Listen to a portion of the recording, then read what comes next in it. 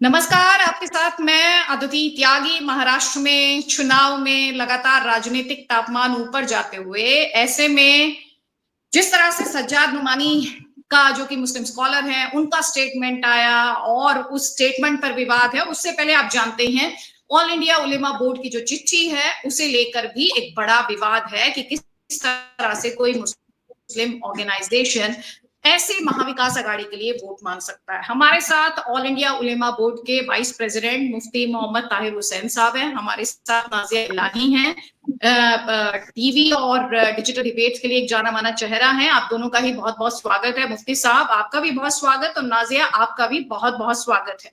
सबसे पहला सवाल मुफ्ती साहब आपसे है मेरा, और आपसे जी जी सवाल जी। मेरा ये है कि सर ये चिट्ठी लिखना, ये इस तरह से वोट मांगना एक किसी राजनीतिक गठबंधन के लिए, और इसकी जरूरत आपको क्यों महसूस हुई आपके संगठन को? जब मैं कह रही हूँ आपको, मतलब आपके संगठन को। जी, सबसे पहले तो मैं आपके चैनल का आपका शुक्रिया अदा करता हूं कि आपने मुझ जैसे को याद किया। सबसे पहले मैं आपको ये बताना चाहूँगा कि मैं ऑल इंडिया उलमा बोर्ड का वाइस प्रेसिडेंट होने की हैसियत से आपका दिल की गहराई से शुक्रिया अदा कर रहा हूं। और ये जो चिट्ठी के ताल्लुक से आपने मेरे से सवाल किया, सबसे पहले तो मैं आपको ये बतलाऊं कि ये हमारी ऑल इंडिया उलमा बोर्ड से इसका कोई लेना-देना नहीं है।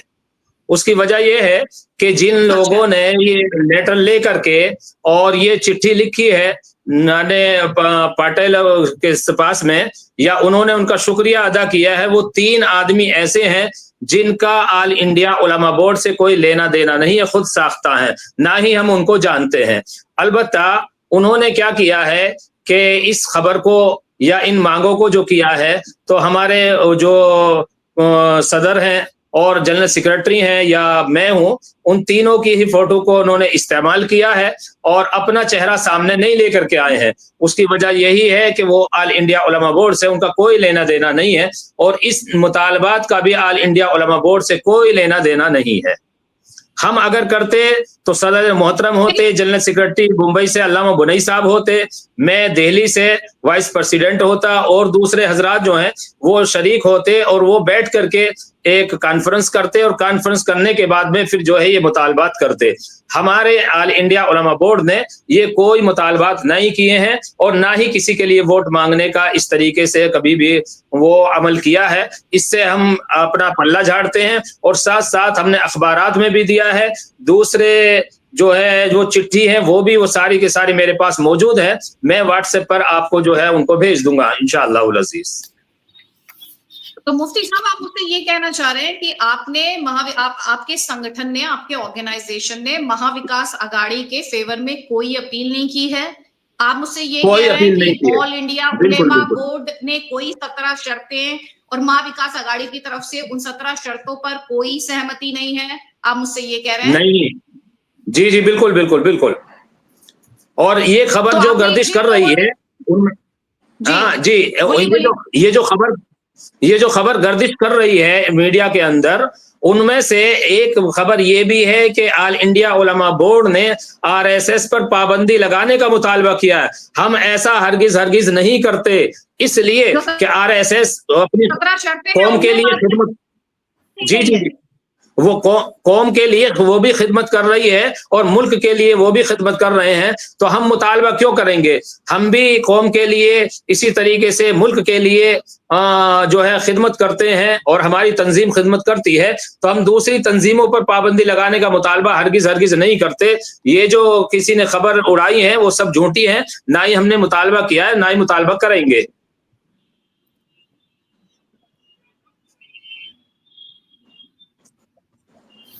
जी, आवाज आ रही है आपको?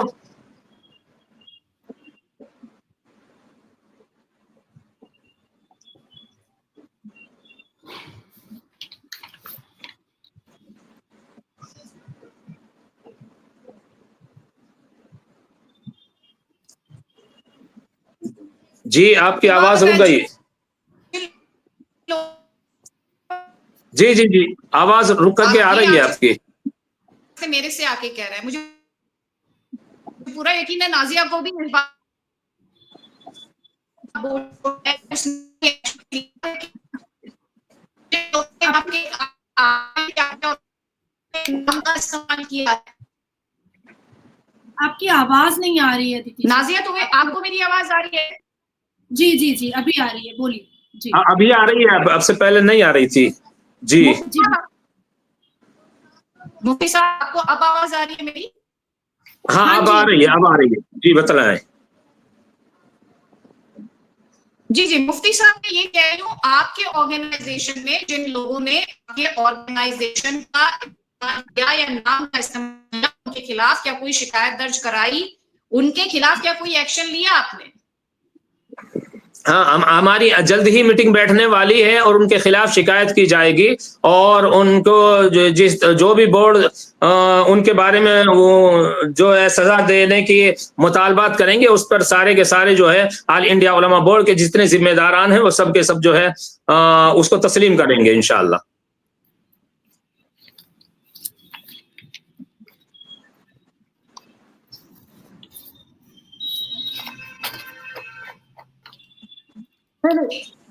सॉरी, मैंने वो हिस्सा मिस कर दिया। आपने मुफ्ती साहब, क्या आपकी तरफ से शिकायत दर्ज कराई जाएगी? आपने ये बात कही। जी जी हाँ, हमारे ऑल इंडिया उलमा बोर्ड के जिम्मेदारान बैठेंगे और बहुत जल्द ही कॉन्फ्रेंस होने वाली है और उनके खिलाफ जो है वो कार्रवाई की जाएगी।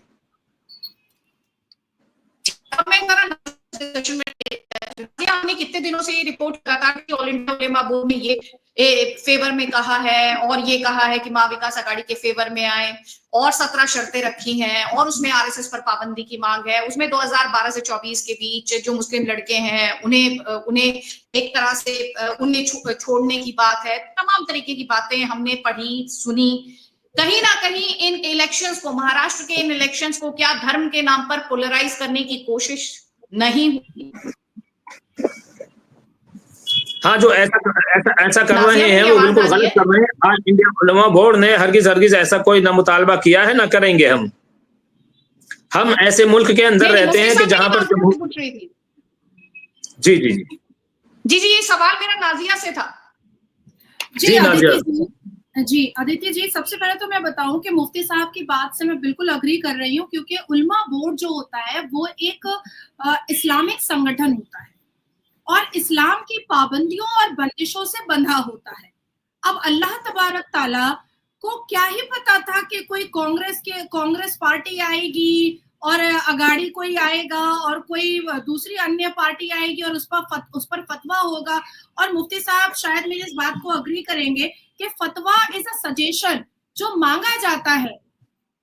फतवा हमेशा मांगा जाता है। अब जैसे कि मैं नमाज पढ़ रही हूँ तो मेरे नेल्स नहीं होने चाहिए, मैं वजू कर रही हूँ तो मैं मेकअप में नहीं होनी चाहिए, या मैंने रमजान में रोजे रखे हैं और मेरे पास नमाज का वक्त नहीं मिलता है मेरे काम की वजह से, तो मुफ्ती साहब मुझे फतवा दीजिए कि मैं कैसे करके इसको करूं, खजा नमाज में मुकम्मल कर सकती हूँ कि नहीं रमजान में। तो फतवा हमेशा हर चीजों में मांगा जाता है। फतवा कभी वोट मांगने के लिए नहीं किया जाता है। सही फरमाया। हाँ, सियासत में कभी भी इस्लाम बीच में आ ही नहीं सकता।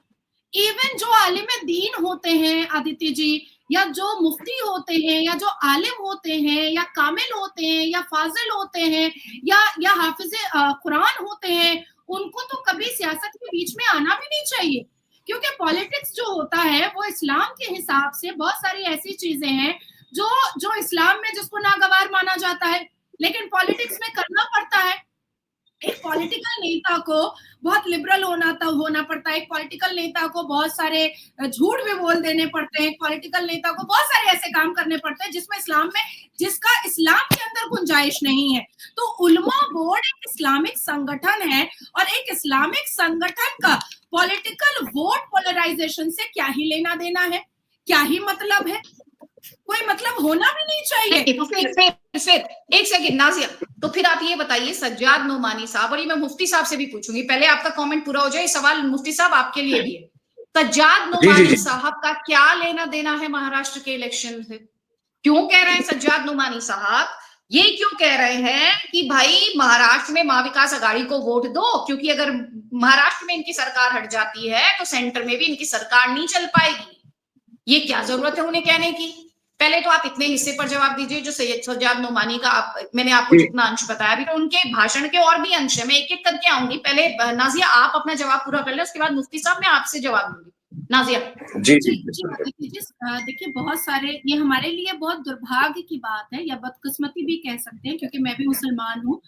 आजकल हमारे मुफ्ती मौलाना जो है वो इबादत के बजाय सबसे ज्यादा जो है वो टीवी चैनल्स पर चमकना ज्यादा पसंद करते हैं, और किसी ना किसी इस्लामिक संगठन के होने के बावजूद किसी ना किसी पॉलिटिकल संगठन के साथ जाकर के जुड़ जाते हैं अपने मुफाद के लिए, अपने फायदे के लिए, जो हमारे लिए और हमारे आने वाली मुसलमान युवा पीढ़ी के लिए एक खतरे की घंटी है, बजाते खतरे की घंटी है। अब आती है बात कि पॉलिटिकल में किसकी हार हो रही है, किसकी जीत हो रही है। हम मुसलमान जो यहाँ पर माइनॉरिटी हैं, हमें डेवलपमेंट, इम्प्रूवमेंट, शिक्षा, इन सब चीजों पे हमें वोट करने की जरूरत है, ना कि ये कि भाजपा क्योंकि हिंदू पार्टी है या आरएसएस एक संगठन है, हिंदुत्ववादी संगठन है, तो हम उसको वोट नहीं करेंगे। बिल्कुल करेगा मुसलमान, अगर मुसलमानों को सुख सुविधा भाजपा देगी तो हम उसको वोट करेंगे, अगर कोई और पार्टी देगी तो हम उसको वोट करेंगे। सज्जाद नोमानी साहब या तो वो बिक चुके हैं, या तो उनको कोई एक ऐसा लोभ दिया गया है जिससे उनको राज्यसभा की सीट मिल जाएगी या कहीं के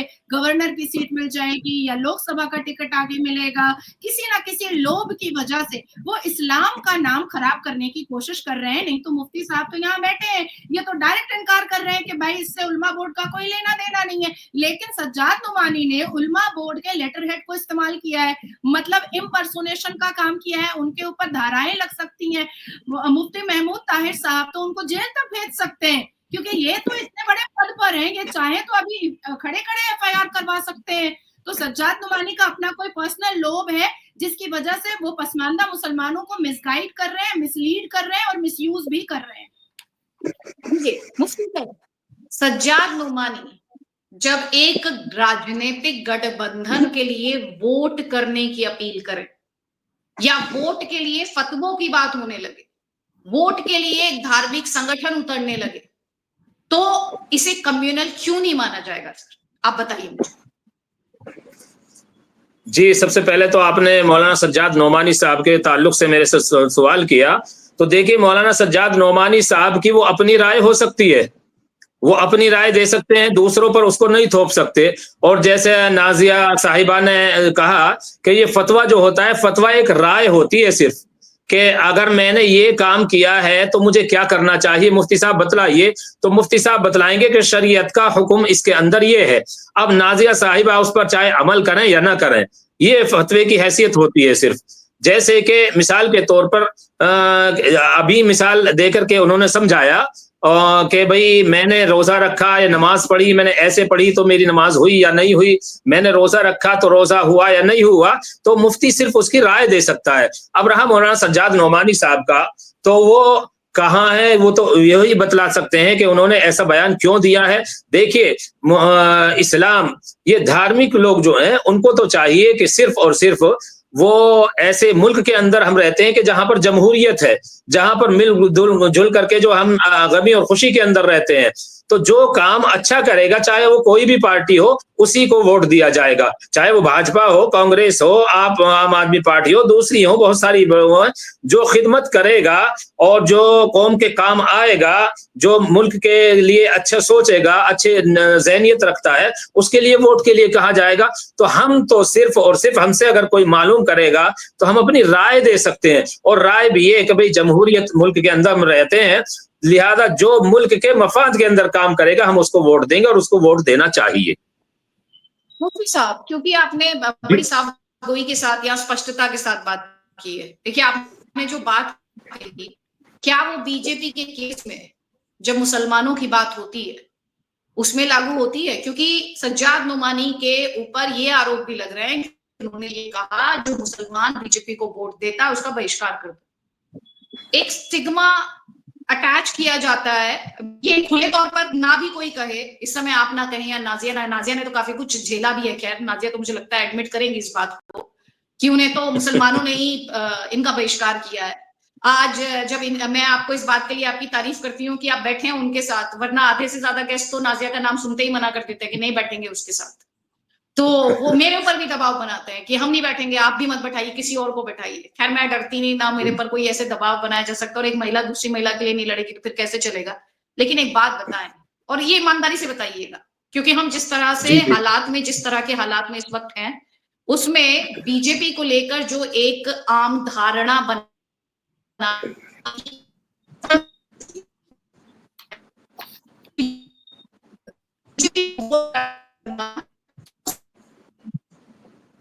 आपकी आवाज कट रही है अदिति जी, आवाज नहीं आ रही है आपकी।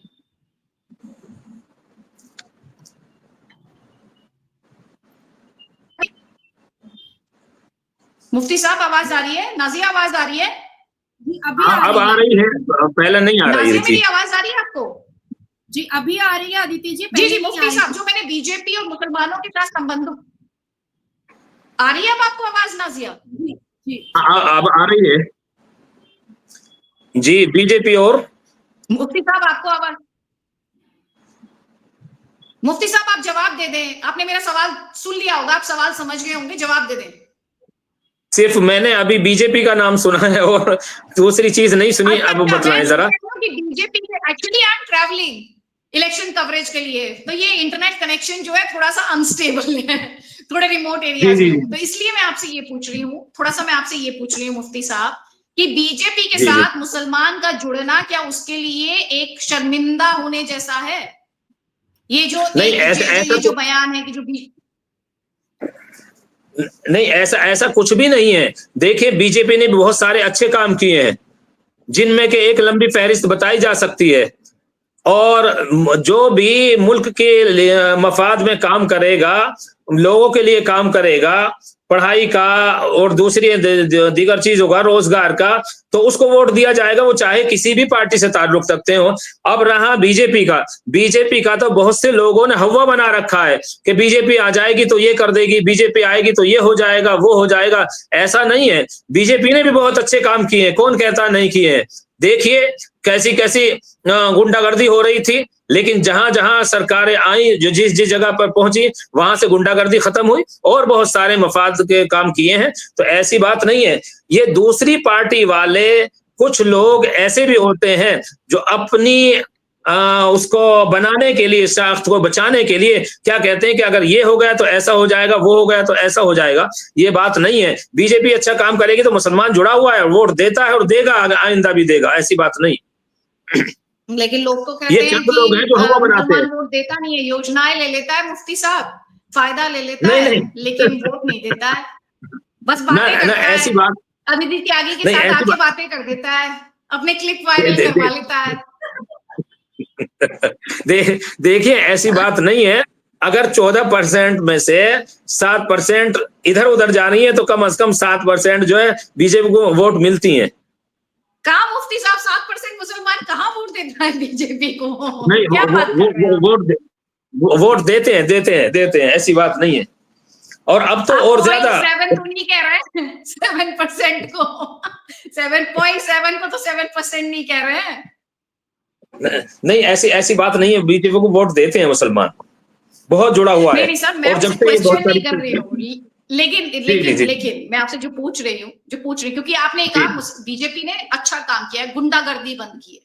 क्या काम ऐसा किया है बीजेपी ने जो आपको लगता है, जब ये आप एक लिस्ट की बात कर रहे थे, आप उसमें से कुछ काम मुझे बताइए, ताकि जो व्यूअर है वो भी देखे और समझे, क्योंकि मुसलमान को लेके ये परसेप्शन है इस देश में, और मुसलमान और बीजेपी के संबंधों को लेकर भी यही परसेप्शन है कि वो योजना का लाभ लेता है, लेकिन वोट किसी और पार्टी को जाके दे आता है, अपने आप को खतरे में बताता है। वो उज्ज्वला योजना ले लेगा, वो किसान सम्मान निधि ले लेगा, वो आयुष्मान कार्ड ले लेगा, वो तमाम योजनाएं ले लेगा, लेकिन फिर जाके कहेगा देश खतरे में। देखिए बहुत सारी चीजें ऐसी हैं कि मुसलमान ने तो कभी नहीं कहा कि मुसलमान खतरे में है, लेकिन हाँ ये दूसरे लोग जो हैं, नहीं दूसरे पार्टी वाले, वो ये कहते हैं कि अगर बीजेपी आ गई तो मुसलमान के साथ ये हो जाएगा, वो हो जाएगा, ऐसा हो जाएगा, तो पाकिस्तान भेज दिया जाएगा, ये हो जाएगा। हम तो यहीं पैदा हुए हैं, यहीं जिंदगी गुजार रहे हैं, बहुत अच्छे से गुजार रहे हैं, और इंशाअल्लाह और अजीज यहीं मर करके इसी धरती में दफन हो जाएंगे। कौन से बीजेपी वालों ने हमें पाकिस्तान भेज दिया, बतलाइए, एक भी मिसाल आप वो कर दें। लेकिन हाँ, हवा एक बना रखा है कि बीजेपी आएगी तो ये कर देगी, बीजेपी की आएगी तो वो कर देगी। मैं अल्हम्दुलिल्लाह सुम्मा अल्हम्दुलिल्लाह मेरा ताल्लुकात सारी पार्टियों से है, यहाँ तक कि मोदी जी से भी मुलाकात हुई है, अमित शाह जी से भी मुलाकात हुई है, मोहन भागवत जी से भी मुलाकात हुई है, और उमैर इलियासी साहब के कई साथ में प्रोग्रामों में कई में रहे हैं, इंद्रेश कुमार जी से रही है, और बहुत सारे ऐसे हैं जो इस पार्टियों से औरों से ताल्लुक रखते हैं। हमारे बहुत अच्छे ताल्लुकात हैं, गुरुद्वारे वालों से भी हैं, मंदिर वालों से भी हैं, और जो है चर्च वालों से भी हैं, और मस्जिद वालों से भी हैं। लेकिन कुछ लोग जो तंग जहन वाले जो हैं वो इस बनाते हैं, जो वो हमारे उठने बैठने को, खाने पीने को, हर क्या कहते हैं, देखते हैं। वो तंग नजरी नहीं होनी चाहिए। हम जमहूरी मुल्क के अंदर रहते हैं, जमहूरियत के साथ रहते हैं, और अपने हुकूक के साथ में जो है जिंदगी गुजार रहे हैं, कोई खतरे में नहीं है। जो खतरे में कहते हैं, चाहे वो हिंदुओं में से हो, चाहे वो मुसलमानों से में से हो, वो सिर्फ और सिर्फ नफरत की राजनीति करते हैं। तो उनके चक्कर में नहीं आना चाहिए। जो मुल्क के अंदर अच्छा काम करने वाले उनको वोट देना चाहिए। जी अच्छा, ठीक है। नाज़िया, आपने इन्हें सुना मुफ्ती साहब, क्योंकि आपके ऑर्गेनाइजेशन के नाम पर जिस तरह का एक तरीके का नकारात्मक माहौल बनाने की कोशिश की गई, आपने आकर इस ब्रॉडकास्ट में मेरे साथ ये क्लियर किया है। लेकिन नाज़िया, वापस उसी सवाल पर लौटते हैं। मुफ्ती साहब जो बातें कर रहे हैं, मुफ्ती साहब की जो बात है वो सही है, क्योंकि ये कोई अकेले मुफ्ती साहब नहीं कह रहे, बहुत सारे लोग हैं। हालांकि मुफ्ती साहब को मैं एक बात कह दूं, हो सकता है इस इंटरव्यू के बाद उन्हें बीजेपी का एजेंट करार दे दिया जाए, बीजेपी के पेरोल पर बता दिया जाए। ये बहुत बड़ा रिस्क है मुफ्ती साहब। आपने जो बातें कही है ना, उसके बाद ये कह सकते हैं आपको कि आप बीजेपी के पेरोल पर है। तो ये नाज़िया, ये जो एक सवाल है कि योजनाओं का लाभ लेता है, वोट नहीं देता। अब देखिए, महाराष्ट्र में भी अगर राजनीतिक दल आज कोशिश कर रहे हैं तो हिंदू से ज्यादा मुस्लिम वोट पर फोकस कर रहे हैं। ऐसा क्यों है?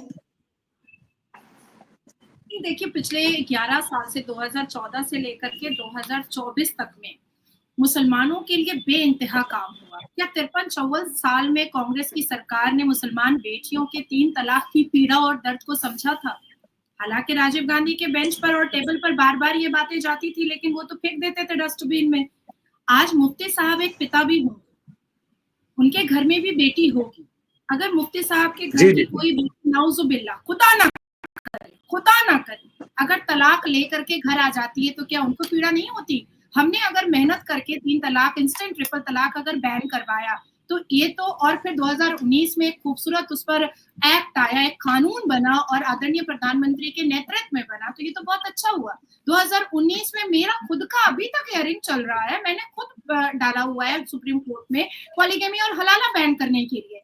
कोई भी खूबसूरत मिजाज वाला, कोई भी इस्लामिक मालूमात वाला, कोई भी मुसलमान पिता ये नहीं चाहेगा कि मेरी बेटी जो है वो चौथी बीवी बन जाए या तीसरी बीवी बन जाए। कोई पिता नहीं चाहता है। लेकिन ये सारी कुरीतियों को अगर खत्म करने का बीड़ा किसी ने उठाया तो पहली बार आदरणीय प्रधानमंत्री ने उठाया। आदरणीय प्रधानमंत्री ने मुसलमान बेटियों को एहसास दिलाया कि तुम शिव शक्ति बन सकती हो, तुम एक हाथ में कंप्यूटर, दूसरे हाथ में कुरान ले सकती हो। तो हमारे अल कुरान की पहली आयत क्या है? इकरा है। तो अगर आदरणीय प्रधानमंत्री बता रहे हैं कि पढ़ो, पसमानदा मुसलमान पीछे क्यों रहोगे, तुम आओ, आगे आ जाओ। तुम किसी को अपने मजहब का ठेकेदार क्यों बनाना? तुम खुद पढ़ लो, खुद समझ लो और खुद आगे आ जाओ। अपने डिमांड्स को, अपने मुतालबात को खुद अपने सबके सामने रखो कि भाई तुमको ये चाहिए। बेटियां पढ़ेंगी तो बेटियां बढ़ेंगी, और एक बेटी जब पढ़ती है तो 2 परिवार साथ में पढ़ता है। हाँ, ये बात मैं आपकी जरूर मैं इस बात पे जरूर अपनी बात रखना चाहूंगी कि 25 करोड़ मुसलमानों में से जो संवैधानिक मुसलमान है 4-5 करोड़, वो भारतीय जनता पार्टी के काम को इसलिए पसंद करते हैं। 4-5 करोड़ संवैधानिक मुसलमान, क्योंकि जब से भारतीय जनता पार्टी की सरकार आई है, महाराष्ट्र बोलिए या देश में जहां पर भारतीय जनता पार्टी की सरकार है, वहां पर बिल्कुल मैं एक्सेप्ट करूंगी मुफ्ती साहब की बात कि गुंडागर्दी बंद हो गई है, तोलाबाजी बंद हो गई है, ये माफिया का जो रोल है वो बंद हो गया है। दाऊद इब्राहिम जैसे लोगों का की जो हैकड़ी चलती थी वो बंद हो चुकी है। बार और ये महाराष्ट्र बॉम्बे में तो कितने ही डांस बार हुआ करते थे, वो सारे के सारे बंद हो गए। तोलाबाजी या ड्रग्स कोकीन का जो धंधा होता था वो बंद हो गया है। ब्लैक मनी व्हाइट मनी का जो एक बहुत बड़ा मसला चलता था वो बंद हो गया है। सीरियल बॉम्ब ब्लास्ट तो जैसे बॉम्बे में एक आम सी बात होती थी वो बंद हो गया है। तो एक खूबसूरत माहौल को क्रिएट किया गया है। मैं पंचगनी महाबलेश्वर या नक्सलाइट एरिया में गई थी, लोग भाई तारीफ कर रहे थे कि पहाड़ों पे पहले पानी नहीं आता था, पहाड़ों पे पहले मेडिकल की सुविधाएं नहीं थी, लेकिन अब मेडिकल से लेकर के पानी से लेकर के सारी सुख सुविधाएं पंचगनी जैसे महाबलेश्वर जैसे पहाड़ों पर भी पहुंच चुकी है। तो टूरिज्म भी बहुत बूस्ट किया है, बहुत पंप किया है। और जितने लोगों जो पर रेडियां लगाया करते थे, या हम हिल रोड जाते हैं, या हम जोगेश्वरी जाते हैं, या मोहम्मद अली रोड जाते हैं, जो हफ्ता वसूली हुआ करता था, मुसलमानों का एक ठेकेदार बनता था और वो हफ्ता वसूली करता था मोहम्मद अली रोड में। और जोगेश्वरी में जो बहराम बाग जो एक पूरा मार्केट है, वहां के बेचारे जो लोग छोटे छोटे डाले लगाते थे वो परेशान रहते थे हफ्ता वसूली से। आज उनसे जाकर के दोबारा पूछिए, वो कहेंगे कि हम बहुत खुश हैं क्योंकि सरकार ने हमको ये बोला है कि तुमको हफ्ता नहीं देना है, तुम लाइसेंस बनाओ, छोटे छोटे डाले का भी तुम लाइसेंस बनाओ ताकि तुमको हफ्ता ना देना पड़े। तो ये सुविधाएं तो गरीबों के लिए बहुत बड़ी बात है, बहुत बड़ी बात है। आंगनबाड़ी की सुविधाएं हैं, लाडली बहन योजना की सुविधाएं हैं, तो ये बहुत बड़ी बात होती है। लेकिन इसमें लोगों को दर्द इस बात का हो रहा है कि जिनको बैठे बिठाए बिना खटे बिना मेहनत किए पैसे आते थे, वो पैसे तो बंद हो गए ना, वो पैसे तो बंद हो गए। पत्थर मारो पैसा मिलेगा, दंगा करवाओ पैसा मिलेगा, तोलाबाजी उठाओ पैसा मिलेगा, किसी को चमकाओ पैसा मिलेगा, किसी को डराओ पैसा मिलेगा, इस्लाम के नाम पर किसी को धमकाओ पैसा मिलेगा। तो ये इजी मनी इनकम तो बंद हो गया ना। अब तो मेहनत करनी पड़ रही है, अब तो आपको एफर्ट लगाना पड़ रहा है और धीरे धीरे शिक्षित होना पड़ रहा है। तो ये कैसे मुसलमान है जो कुरान की पहली आयत इकरा को मानने को तैयार नहीं है? ये कैसे मुसलमान है जो अल कुरान 306 बार इंसानियत की बात बता रहा है, उस इंसानियत को मानने को तैयार नहीं है? तो हम तो ऐसे मुसलमानों को मुसलमान मानेंगे ही नहीं। अभी मुफ्ती साहब कितनी खूबसूरत बातें रखे हैं, कितना दिल खुश हो रहा है इनसे बात करके, ऐसा लग रहा है कि मैं सुरक्षित हूँ, ऐसा लग रहा है कि अभी भी कुछ ऐसे लोग हैं धरती पर मुसलमान जिनको हम अपना आइडियल बोल सकते हैं, जिनके सामने हम झुक कर सलाम कर सकते हैं। मुफ्ती साहब, पता नहीं आप सुन पाए या नहीं सुन पाए, अभी नाजिया भी आपकी तारीफ कर रही है, मैं भी थोड़ी देर पहले आपकी तारीफ कर रही थी। तो मैं उस समय मैंने उस समय एक बात कही थी, पता नहीं आपने सुनी या नहीं। मुझे आपके लिए चिंता है, और वो चिंता क्या है? वो चिंता ये है कि अब आपको लोग कहेंगे ये असली मुफ्ती नहीं है, ये बीजेपी का एजेंट मुफ्ती। आप पे ये आरोप लगेगा, ये मैं आपसे कह रही हूँ। जी कहने वाले जो हैं वो कहते रहेंगे। हमने मोदी जी प्रधानमंत्री जी से मुतालबात रखे थे कुछ, जब वो पहली मर्तबा में जो वो बने थे, हमने ये कहा था कि सबसे पहले जो हज सब्सिडी है इसको खत्म किया जाए। दूसरे, दिल्ली के अंदर आसार कदीमा के अंदर 174 मस्जिदें हैं, उन 174 मस्जिदों के अंदर शराब पीते हैं लोग और जो है वो जुआ खेलते हैं। मैंने ये कहा कि इबादत खाने हैं, आप इनको एक काम करें कि कम अज कम इसके अंदर नमाज की इजाजत दी जाए, या अगर नमाज की इजाजत नहीं दी जा सकती तो हुकूमत अपने जिम्मे ले इनकी हिफाजत करना, ताकि वहां पर कोई शराब ना पिए और जुआ ना खेले। तो जिस वक्त के अंदर ये कहा गया था कि हज सब्सिडी को जो खत्म कर दिया जाए, इसलिए कि एक हाजी को 2000 रुपए से 4000 रुपए तक का सिर्फ जो है वो फायदा होता था, और हज सब्सिडी के नाम पर हाजी से भी लिया जाता था और गवर्नमेंट से भी लिया जाता था। तो लोगों को बड़ा जो है एक बुरा फील हुआ, और उन्होंने ये कहा कि जी ये उसके मुतालबे में जो कर रहे हैं ये उनके कहने पर कर रहे हैं, ये है वो है। आज हज सब्सिडी खत्म हो गई तो माशाल्लाह बहुत अच्छा निजाम हज का बन चुका है। दूसरी बात ये है कि देखो स्वर्गीय जो है सुषमा जी ने हज के ताल्लुक से इतना अच्छा काम किया कि पहले पासपोर्ट के लिए इतने दिक्कतें और धक्के खाने पड़ते थे, और उन्होंने जो है अपनी जिंदगी के अंदर बहुत अच्छा काम किया कि आज जाइए आप अप्लाई कीजिए पासपोर्ट के लिए और जाइए वहां पर दफ्तर और अपने डॉक्यूमेंट्स लेकर के जाएं और 8 दिन में 15 दिन में आपका जो है पासपोर्ट आ जाता है। तो कैसी कैसी सहूलतें गवर्नमेंट ने की हैं। अब उन सहूलतों को हम देखते नहीं, हम सिर्फ ये देखते हैं कि पार्टी से किससे ताल्लुक रखता है। जी, वो उसको बारे में कहता है कि अगर ये बीजेपी आ गई तो ये हो जाएगा, वो हो जाएगा। तो लोगों ने कहा भी था पहले भी और अब भी कहेंगे, तो देखो डरने की कोई जरूरत नहीं है। जो हक बात है हम उस वो हक बात को बिल्कुल कहेंगे, चाहे किसी को बुरा लगे या भला लगे। दूसरी बात ये, अभी नाज़िया साहिबा ने कितनी सारी जो है मिसालें देकर के बतलाया कि पहले क्या होता था और अब क्या हो रहा है।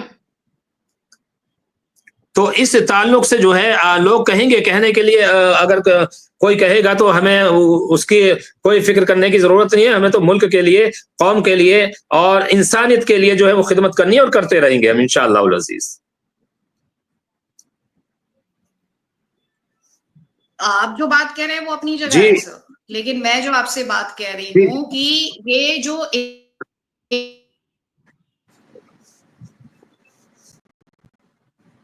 कंट्रोल एक्शन लेने, तो उस पर इतना हाहाकार मचा हुआ है। जी जी जी जी, आपकी आवाज नहीं आ रही है आपको मेरी जी आवाज नहीं आ रही। ये वक्फ एक्ट को लेकर ही इतना बवाल मचा हुआ है। जी जी,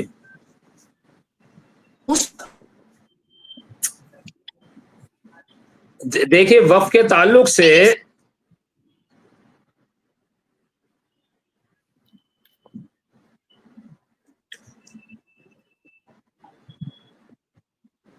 जी आवाज नहीं आ रही है।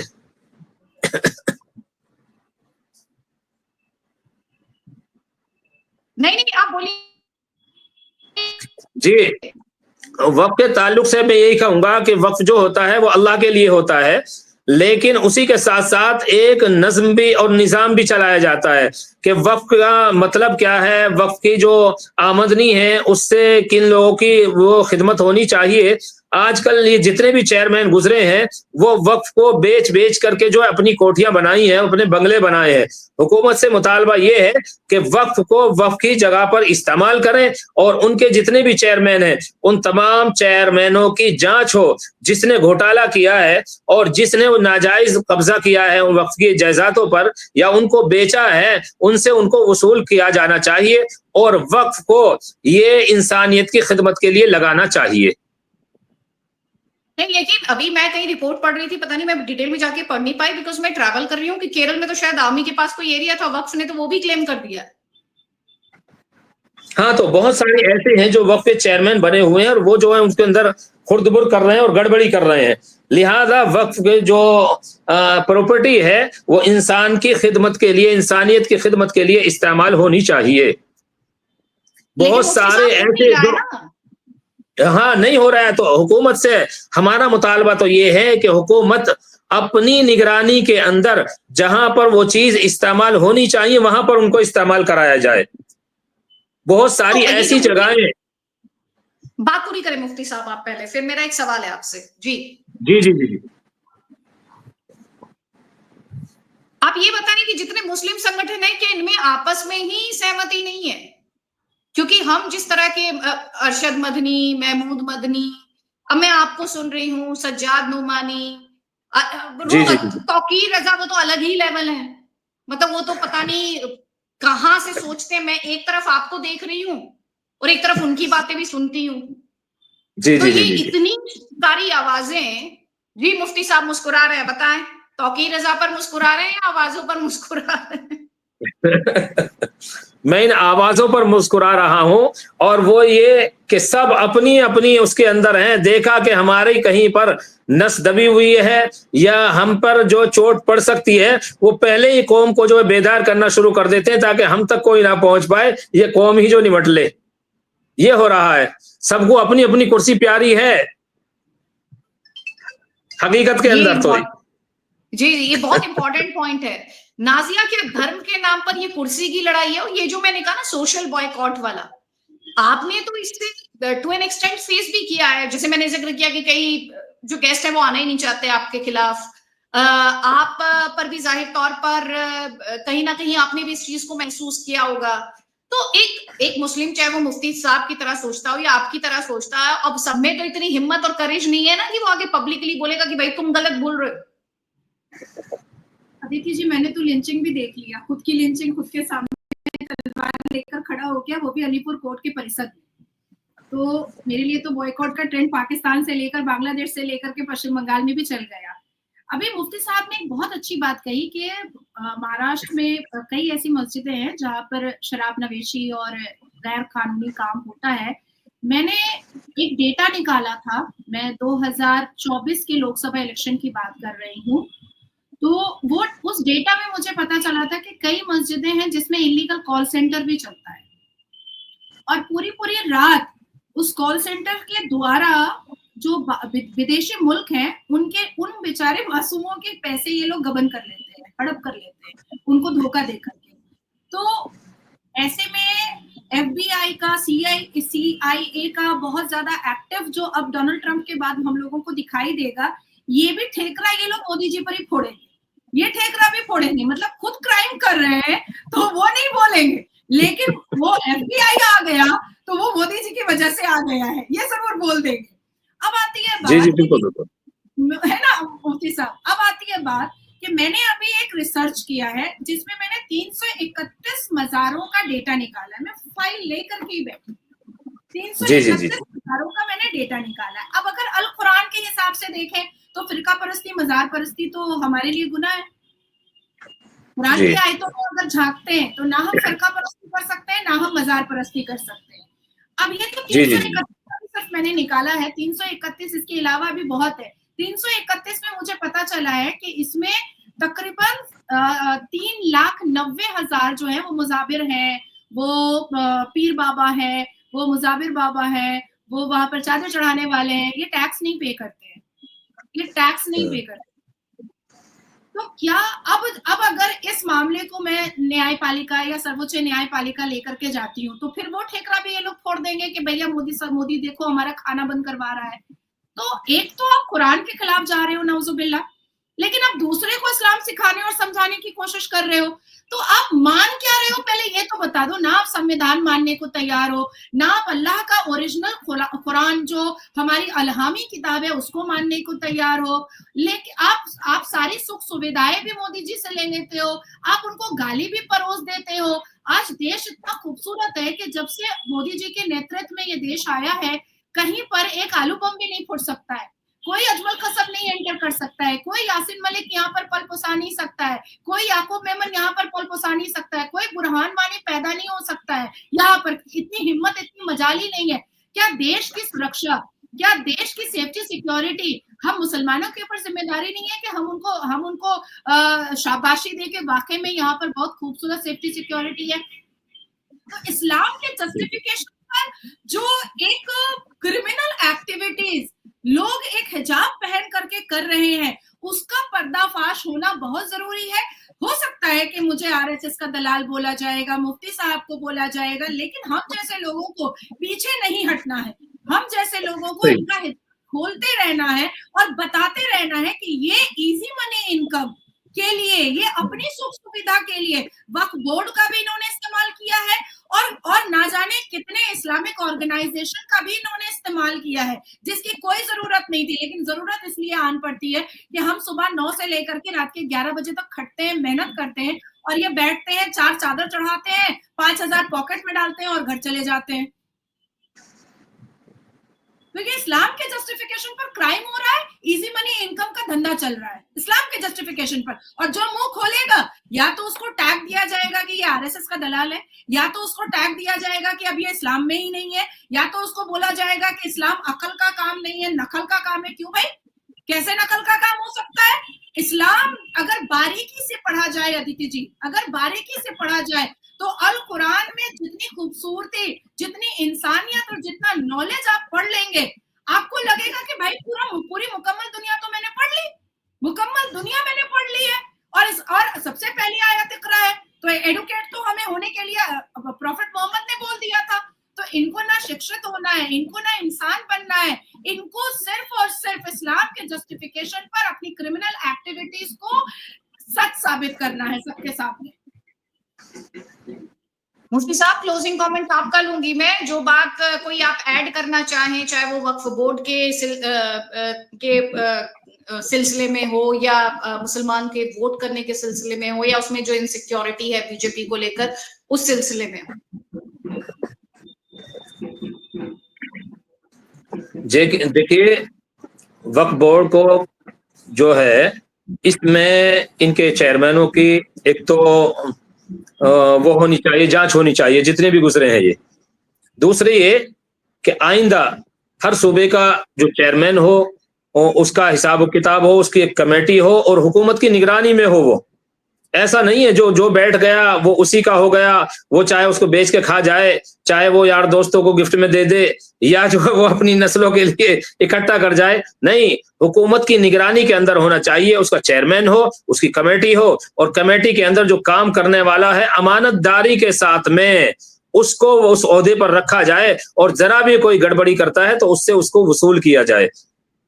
ये चाहे शिया या सुन्नी, इसके अंदर भी दो तरह के वो हैं कि भाई शिया समुदाय से ताल्लुक रखता है या सुन्नी से, उनमें सारे के सारे होने चाहिए और जो कौम के लिए वो खिदमत करें। और जो वक्फ बड़ा है वो किस लिए, कि इंसानियत की खिदमत करने के लिए वो बना है, तो उसमें उसी जगह पर उस पैसे का इस्तेमाल होना चाहिए, प्रॉपर्टी का इस्तेमाल होना चाहिए, नाजायज इस्तेमाल उसका नहीं होना चाहिए। हमारा तो हुकूमत से ये मुतालबा है कि हुकूमत की निगरानी के अंदर उसका वो होना चाहिए। अब देखिए, जब लॉकडाउन हुआ उस वक्त के अंदर जो है लोगों ने खिदमत की है और किसी ने ना धर्म देखा है, ना मजहब देखा है, ना बिरादरी देखी है, ना अपना ये देखा है कि मेरे गांव का है या मेरे उसका जिले का है, सबने खिदमतें की हैं। ये वक्फ बोर्ड कहां सो रहा था? इतनी प्रॉपर्टी इसके पास में है, इसने कौन सी कौम की खिदमत कर दी? सारी की सारी तंजीमों ने जैसा भी उनसे हो सका है वैसा किया है। लेकिन इस कड़वी बात को जो भी सुनेगा ना वो एकदम से ये सोचेगा कि भाई ये जो है ये हुकूमत के कहने पर बोल रहे हैं। भाई असल बात तो ये है कि ये बतलाएं कि वक्फ बोर्ड ने खिदमत क्या की है, लॉकडाउन के अंदर क्या खिदमत करी है। उन्होंने कुछ भी खिदमत नहीं करी, कहीं नामो निशान नहीं है। हालांकि छोटी से छोटी तंजीम, मैं भी एक तंजीम से ताल्लुक रखता हूं, जमजम फाउंडेशन से। हमने हिंदू राव हॉस्पिटल के अंदर अल्हम्दुलिल्लाह सुम्मा अल्हम्दुलिल्लाह हर मर्तबा जो है वहां पर खिदमत करते हैं। ईद मिलादुन नबी हो, चाहे फ्रूट तकसीम करते हैं मरीजों को। वहां ये नहीं देखते कि ये मुसलमान है, कि हिंदू है, सिख है या पारसी है या ईसाई है, नहीं, सबके लिए खिदमत वहां पर की जाती है। और खिदमत खल्क ईद मिलादुन नबी के मौके पर भी, रमजान मुबारक के मौके पर भी और दूसरी एतबार से भी। लेकिन वक्फ बोर्ड का कहीं हमने खिदमत करते हुए कोई नहीं देखा। वक्फ बोर्ड इतना बड़ा बोर्ड, लेकिन उसने जो लॉकडाउन में क्या खिदमत की है बतलाएं कोई। अभी इस बात को कोई कह देगा तो कड़वी लगेगी और वो ये कहेंगे कि जी ये जो है फलां से ताल्लुक रखते हैं, फलां से ताल्लुक रखते हैं, फलां से ताल्लुक रखते हैं। ये देखिए कड़वा सच है ये कि इसको चाहिए कि सीरियस लिया जाए और हुकूमत इस पर निगाह रखें और जो है जितने भी उसके जिम्मेदारान कमेटी बने, चेयरमैन बने, वो सही सही काम करें तो ओहदों पर रखा जाए, वरना उठा करके कचरे के डब्बे में डाल दिया जाए। जिस चीज के लिए अल्लाह के लिए वो वक्फ किया है और वो वहां पर अगर इस्तेमाल नहीं होगा तो कहां इस्तेमाल होगा? अपनी नस्लों को पालने के लिए इस्तेमाल करेंगे उसको। दिल्ली के अंदर वक्फ बोर्ड की इतनी बड़ी बड़ी प्रॉपर्टी, वो मेहरौली शरीफ और कहां कहां, वो सारी की सारी खा करके और हजम करके डकार तक नहीं लिए इन्होंने। अब अगर कोई बात कहने के लिए उस सलीके से काम करने के लिए आता है तो उस पर तरह तरह के इल्जामात लगा देते हैं कि ये बीजेपी का एजेंट, ये आरएसएस का एजेंट, ये फला का एजेंट, ये फला का एजेंट। और ये जितने भी जिनका दर्द हो रहा है इस वक्त के अंदर, सबको अपनी कुर्सी बचानी है, अपनी तंजीमें बचानी है और कुछ नहीं है। खाया हुआ माल कहीं दिख ना जाए, पकड़ में ना आ जाए। सही कहा, सही फरमाया आपने। इसी हैप्पी नोट पर मैं इतने सीरियस टॉपिक पर ये डिस्कशन जो है इसे देती हूँ विराम। बहुत बहुत शुक्रिया मुफ्ती साहब, मुफ्ती मोहम्मद ताहिर हुसैन साहब और नाजिया इस डिस्कशन को ज्वाइन करने के लिए। Thank you so much. और फिर मिलेंगे। जी फिर मिलेंगे, बिल्कुल मिलेंगे इंशाल्लाह।